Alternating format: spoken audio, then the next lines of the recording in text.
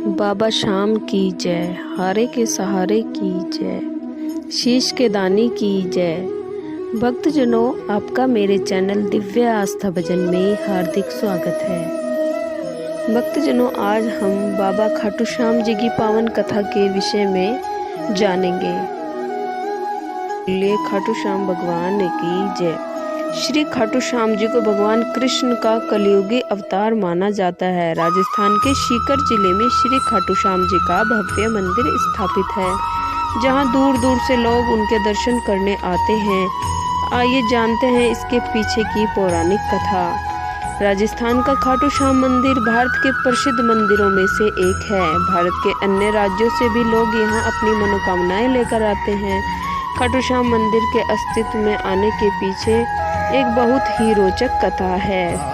भक्तजनों, खाटू श्याम असल में भीम के पोते और घटोत्कच के बेटे बर्बरीक हैं। इन्हीं की खाटू श्याम जी के रूप में पूजा की जाती है। बर्बरीक में बचपन से ही वीर और महान योद्धाओं के गुण थे और इन्होंने भगवान शिव को प्रसन्न कर उनसे 3 अभेद वाण प्राप्त किए। इन्हीं कारण इन्हें 3 वाणधारी भी कहा जाता है। इस मंदिर की एक बहुत ही खास और अनोखी बात प्रचलित है। कहा जाता है कि राजस्थान का खाटू श्याम मंदिर भारत के प्रसिद्ध मंदिरों में से एक है। भारत के अन्य राज्यों से भी लोग यहां अपनी मनोकामनाएं लेकर आते हैं। खाटू श्याम के अस्तित्व में आने के पीछे बहुत ही रोचक कथा है, तो आइए जानते हैं। खाटू श्याम असल में भीम के पोते और घटोत्कच के बेटे बर्बरीक हैं। इन्हीं की पूजा खाटू श्याम जी के रूप में की जाती है। बर्बरीक में बचपन से ही वीर और महान योद्धा के गुण थे और उन्होंने भगवान शिव को प्रसन्न कर उनसे 3 अभेद बाण प्राप्त किए। इसी कारण इन्हें 3 बाणधारी भी कहा जाता है। इस मंदिर की एक बहुत ही खास और अनोखी बात प्रचलित है। कहा जाता है कि जो भी इस मंदिर में जाता है, इसे बाबा श्याम का हर बार एक नया रूप देखने को मिलता है। कई लोगों को उनके आकार में भी बदलाव नजर आता है। तो जनों, आइए जानते हैं बर्बरीक कैसे बने खाटू श्याम जी। महाभारत के युद्ध के दौरान बर्बरीक ने अपनी माता अहिल्यावती के समक्ष इस युद्ध में जाने की इच्छा प्रकट की। जब मां ने इसकी अनुमति दे दी तो उन्होंने माता से पूछा, मैं युद्ध में किसका साथ दूं? इस प्रश्न पर माता ने विचार किया कि कौरवों के साथ तो विशाल सेना है। स्वयं भीष्म पितामह, गुरु द्रोण, कृपाचार्य, अंगराज, कर्ण जैसे महारथी हैं। इनके सामने पांडव अवश्य ही हार जाएंगे।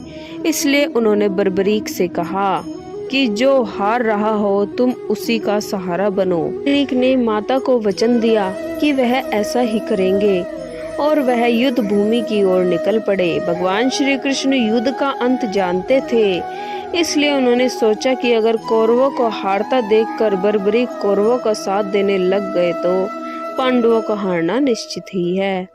तब श्री कृष्ण ने ब्राह्मण का वेश धारण करके बर्बरीक से उनका शीश दान में मांग लिया। बर्बरीक सोच में पड़ गया कि कोई ब्राह्मण मेरा शीश क्यों मांगेगा। यह सोच उन्होंने ब्राह्मण से उनके असली रूप में आने की इच्छा को व्यक्त किया। भगवान श्री कृष्ण ने उन्हें अपने विराट रूप में दर्शन दिए। इस पर उन्होंने अपनी तलवार निकालकर श्री कृष्ण के चरणों में अपना सिर अर्पण कर दिया। श्री कृष्ण ने तेजी से उनके शीश को अपने हाथ में उठाया एवं अमृत से सींचकर अमर कर दिया।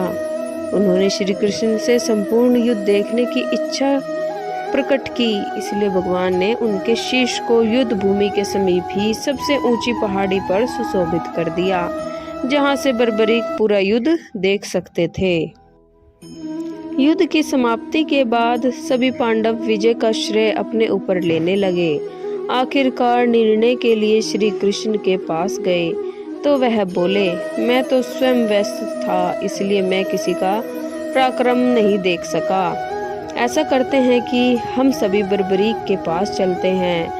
वहां पहुंचकर भगवान श्री कृष्ण ने उनसे पांडव के पराक्रम के बारे में पूछा तो बर्बरीक के शीश ने उत्तर दिया, भगवान युद्ध में आपका सुदर्शन चक्र नाच रहा था और जगदम्बा लहू का पान कर रही थी।